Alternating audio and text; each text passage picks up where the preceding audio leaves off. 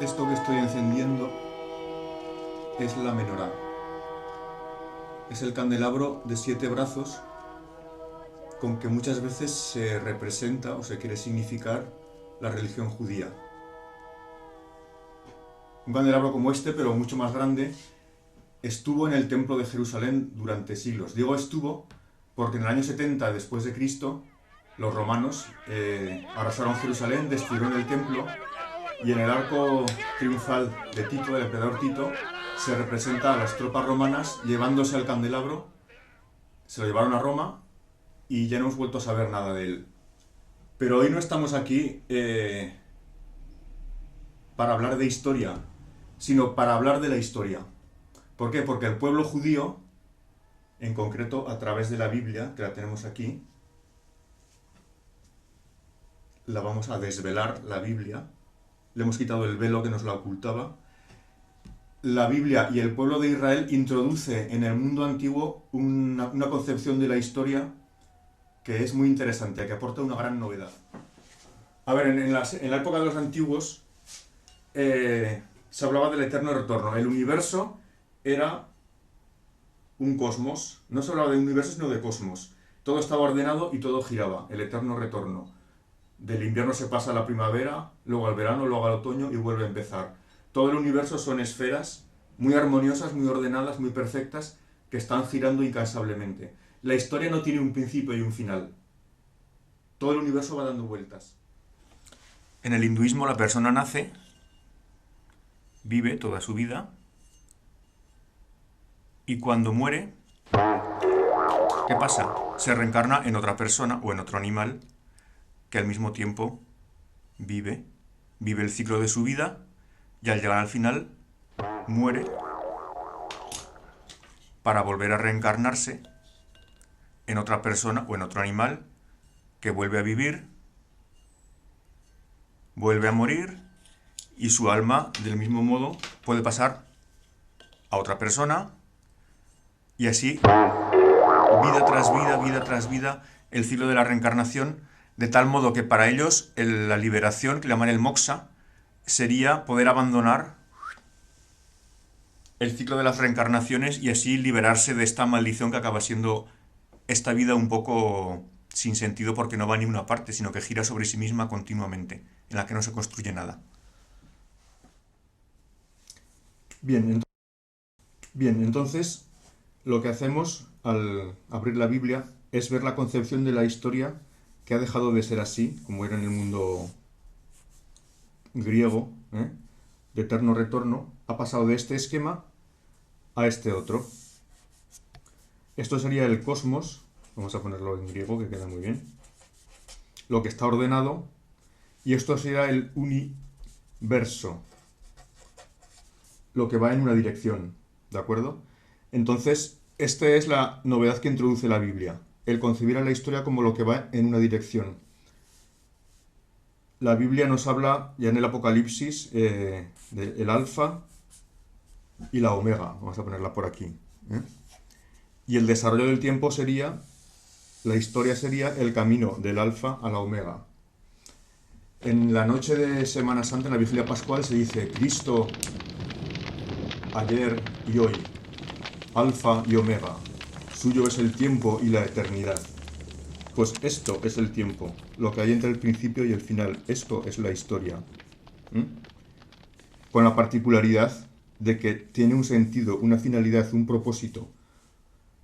Cuando hablamos del fin de la historia, deberíamos entender no como que todo se acaba, sino como que todo llega a donde debería estar conduciéndose. ¿De acuerdo? Cuando hablamos de que mi vida tiene sentido o no tiene sentido, hablamos de este sentido, esta dirección. Mi vida tiene este sentido, es hacia donde va, ¿vale?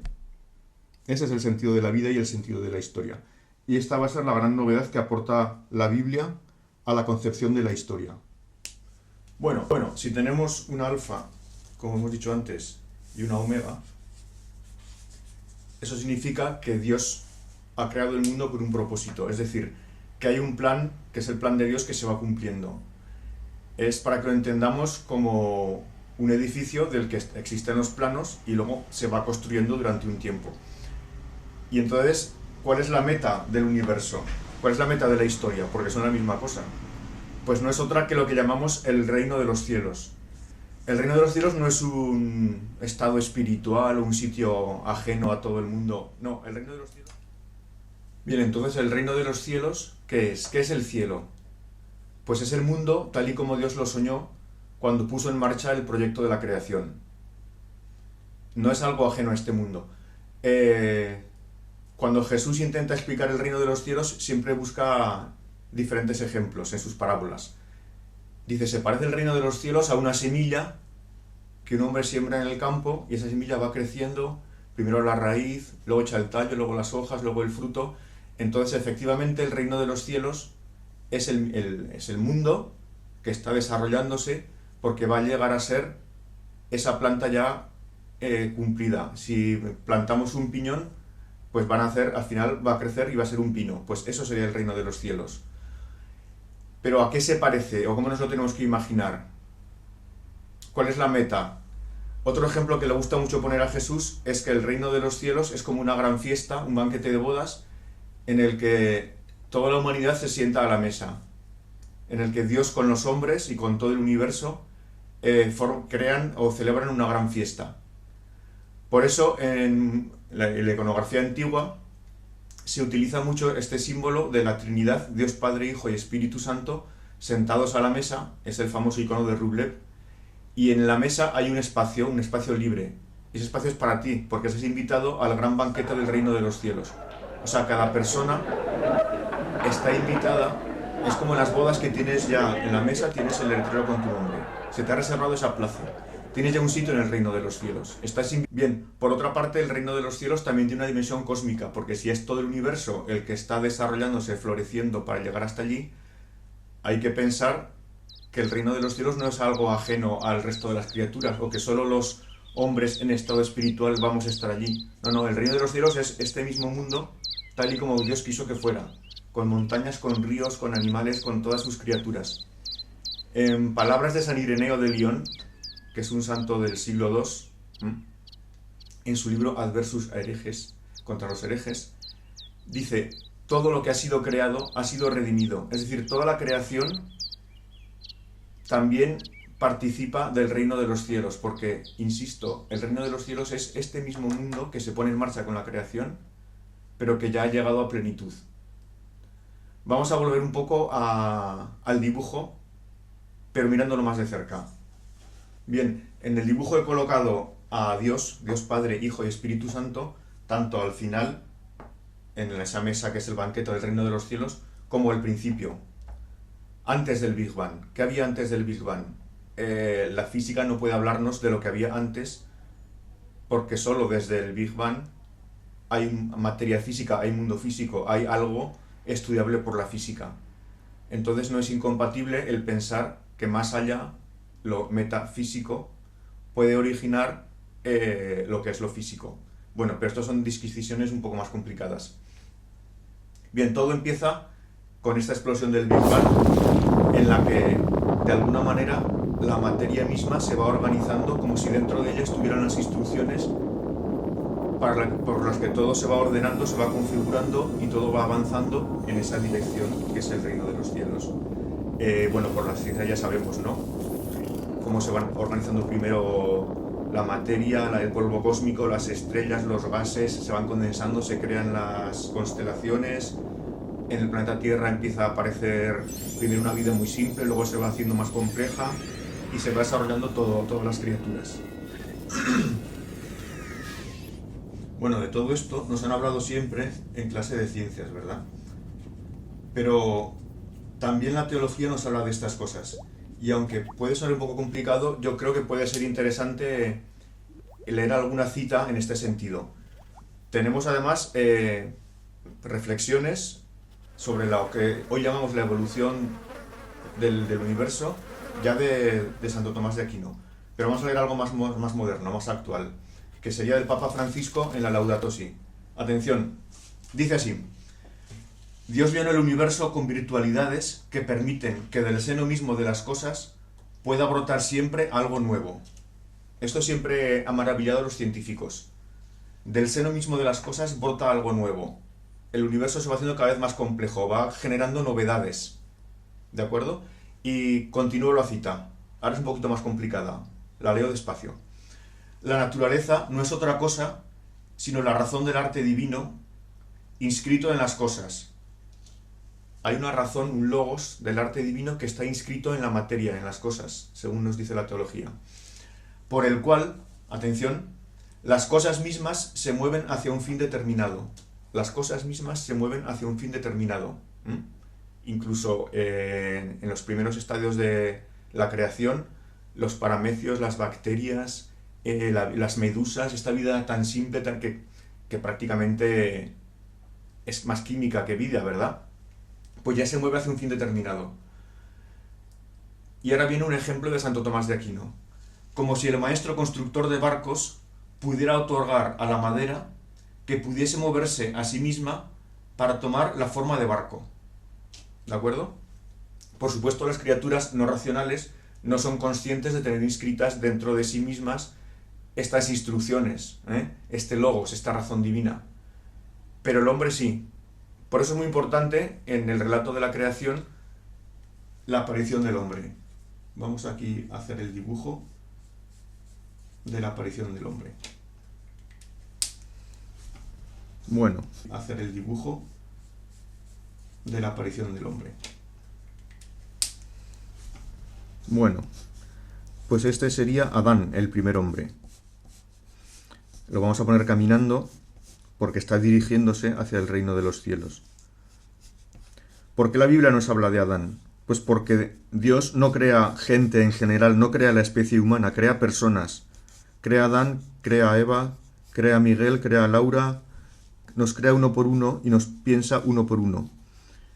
Desde antes de la creación del mundo, Dios ya había pensado en cada uno de nosotros. En ese plan, en ese plano de lo que iba a ser el universo, ya estaba concebido cada uno de nosotros como proyecto.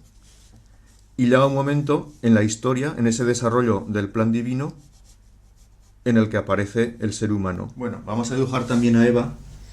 Si recordáis el relato bíblico, nos dice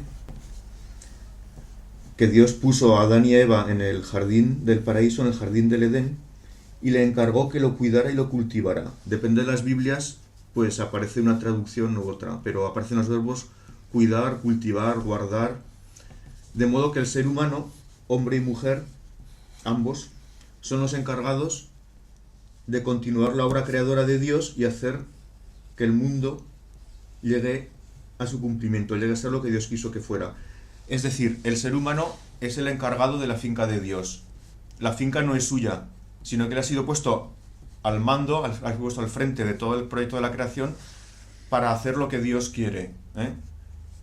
Eso también nos da a entender que un día vendrá el dueño de la finca y le dirá a los encargados: ¿qué habéis hecho con este jardín tan hermoso que os di? ¿Habéis hecho que diera fruto, que llegara a ser lo que yo quise que fuera, o lo habéis echado a perder? Ahí está el problema de la libertad. Pero para entender lo que es el mal, lo que es la libertad, lo que es el pecado, primero hay que entender bien el proyecto de Dios, ¿de acuerdo? Muy bien. Con lo cual empieza más estrictamente lo que llamamos historia. Pero es que esta división entre lo que es biología y lo que es historia es un poco artificial, es lo que nos ha enseñado en el colegio, pero a la Biblia le gusta mucho remarcar la continuidad entre creación e historia. Todo forma parte del desarrollo del plan de Dios. Lo que pasa es que a partir de ese momento el ser humano toma un protagonismo excepcional.